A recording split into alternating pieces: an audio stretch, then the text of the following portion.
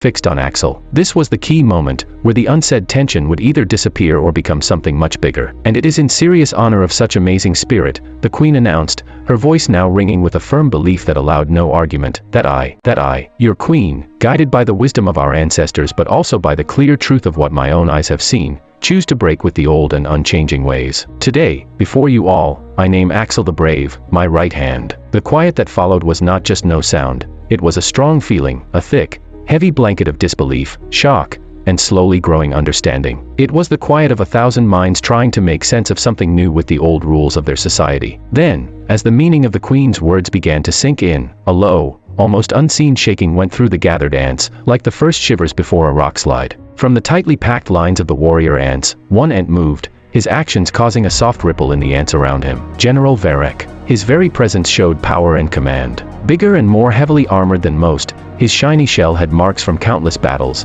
each one a sign of his fierce loyalty, or so it had always seemed. His feelers, usually held with a sure command, now twitched with barely controlled anger, and a low growl, a sound of deep unhappiness, rumbled in his chest, heard by those closest to him. He was a living legend, a war hero whose name meant the colony's strength. And he was the queen's cousin, his family line as pure and old as any in the colony. Whispers began to spread around him, like dry leaves rustling in a sudden, bad wind. A worker. Right hand. Impossible. Never in the colony's history. What madness has taken the queen? The murmurs spread quickly, a wave of disbelief and anger washing through the ranks. Varek himself stayed still for a long time, his many eyes, sharp and thinking, fixed on Axel. It was a look that held not just disapproval, but deep hate, a barely hidden rage at what he saw as a terrible breaking of the natural order. In his mind, Axel was not a hero, but a dangerous mistake, a sign of the queen losing her control. Her emotional tie to a common ant blinding her to the careful balance of their society. He saw Axel's promotion not as a reward for bravery,